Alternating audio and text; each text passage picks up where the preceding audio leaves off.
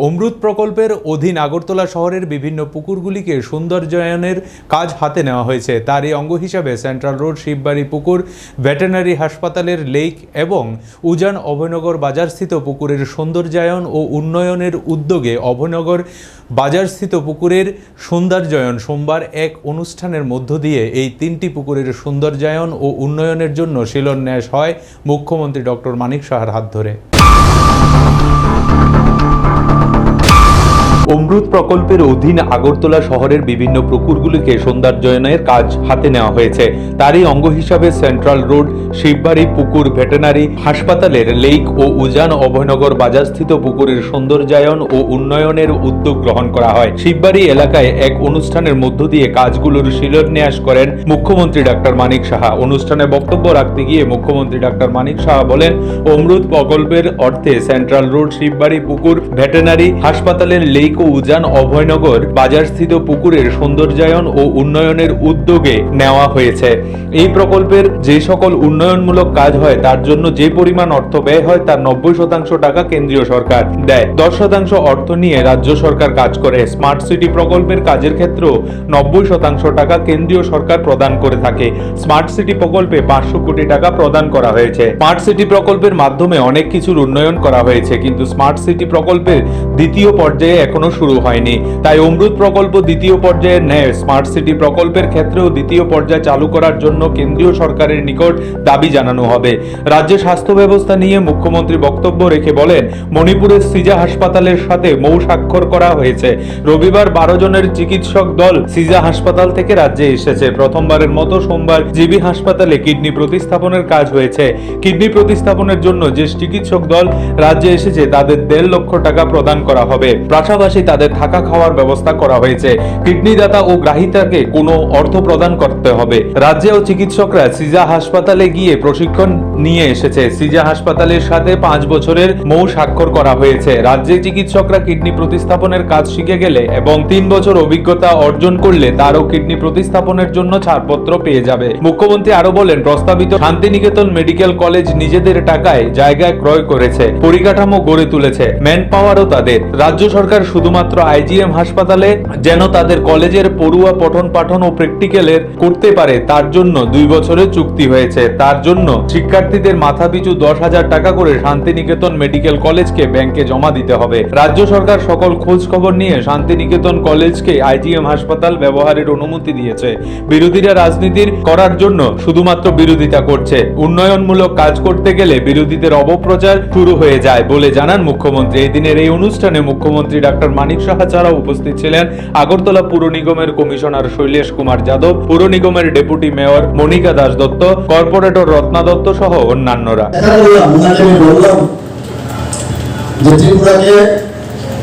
हम साझाते चाই, डेवलपमेंट করতে চাই। मैं तो बैठा हूं डेवलपमेंट के लिए, मैं तो हूं। এই যে বিষয় কত এটা শক্তি আমাদের মধ্যে চলে আসে এক কথায়।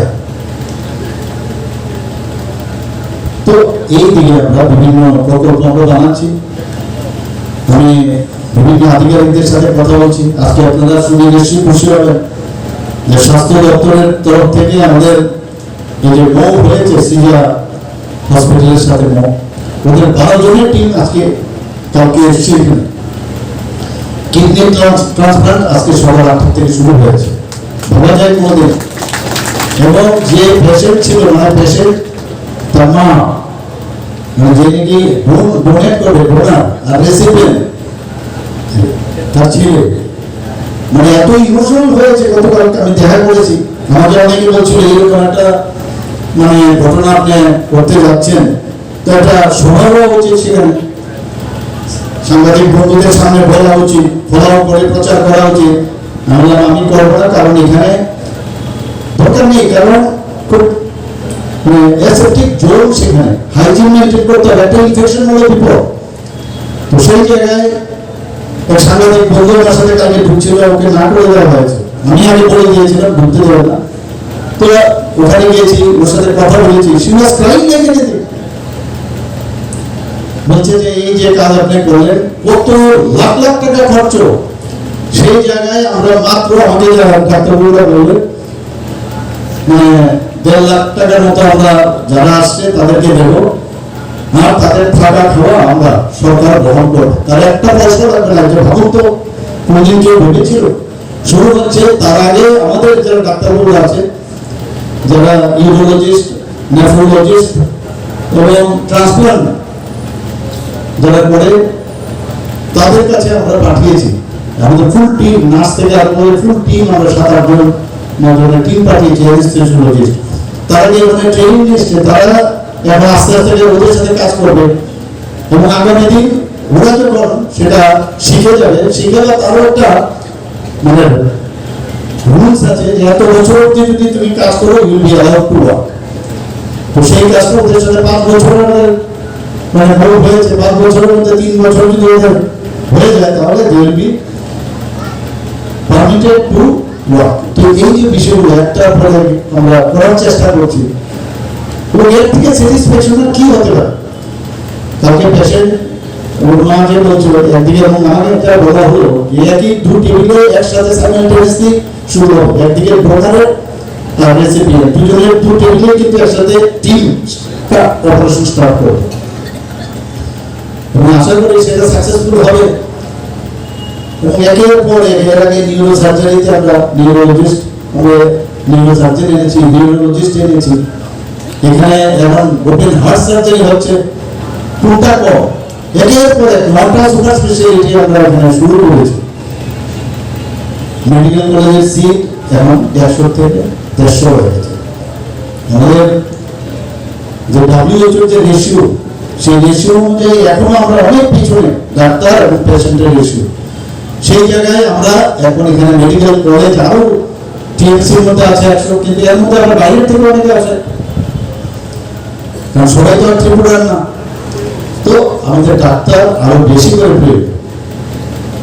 একজন এসছে বাইরের থেকে, পশ্চিমবাংলা থেকে, সে মেডিকেল কলেজ এখানে খুলতে চায়। আপনাদের অবগতির জন্য জানাচ্ছি, যখন ডেন্টাল কলেজ এখানে খুললাম, কিন্তু সাংঘাতিক বিষয়, ডেভেলপমেন্ট চায় না, বিরোধীর কিছু লোক আছে ডেভেলপমেন্ট চায়।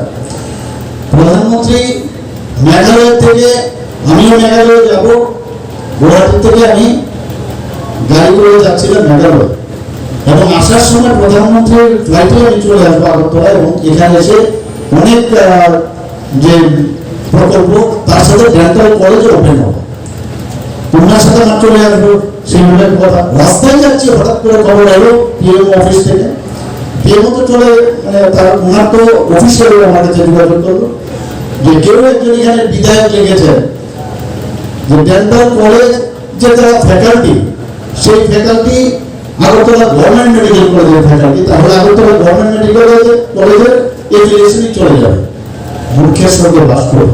ওই ভুল, যেগুলো আমরা তো পড়েছি ডেন্টাল কলেজে, নিয়মই হচ্ছে ডেন্টাল কলেজে পড়লে অ্যানাটমি, ফিজিওলজি, সার্জারি, যারা যেখানে ডাক্তারবাবু আছেন, আমাদের উনি আবার সার্জনও ছিলেন, আমাদের কমিশনার সাহেব, উনি জানেন যে আমাদের সার্জারি হোক, মেডিসিন হোক, অ্যানাটমি, ফিজিওলজি যা আছে মেডিকেল কলেজে পড়তে হবে, এটাই নিয়ম।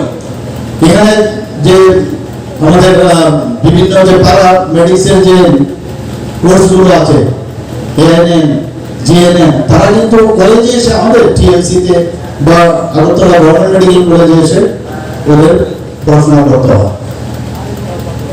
তারপর আমার সেদিন রোববার আমি ডেন্টাল কাউন্সিল অফ ইন্ডিয়ার সাথে আমার পরিচয় ছিল, ওনাদেরকে বলে সমস্ত কাগজটা বের করে তারপর যখন পাঠালাম, কারণ ন্যাচারালি একটা সমস্যা হয়ে যাচ্ছে যে আমি এখানে যে একটা এরকম যদি কন্ট্রোভার্সি হয়, মানে এটা যদি ইনোভেট করি তাহলে তো মুশকিল হবে। তা আমি সমস্ত রাস্তায় যেতে যেতে আমি ওনাদের সাথে কথা বলেছি, বলে সেই কাগজটা যখন পাঠালাম তাহলে সেটা আর রেডিও বসে প্রধানমন্ত্রীর সাথে এইসব কথা হবে না, এইসব এই যে এলো। সিমিলারলি এখন একটা মেডিকেল কলেজ এখানে খুলছে। প্রথমে আমি বললাম যে কি করে মেডিকেল কলেজ গভর্নমেন্টের পারমিশন ছাড়া হবে, তো সেই বিষয়ে আমার পেছনে লেগে গেছে, বলছে যে ওর নাকি অনেক ধরনের করাপশনে জড়িত। আমরা ও যদি করাপশনে জড়িত হয়, ওকে দড়ি লাগিয়ে পুলিশ নিয়ে গেলে হয়, আমাদের তো কোনো সমস্যা নেই। আমাদের কথা হচ্ছে 3 বছরের যদি যা যা এনএমসি তো সব দেখে তবেই তো পারমিশন দেবে। এখানে যদি 150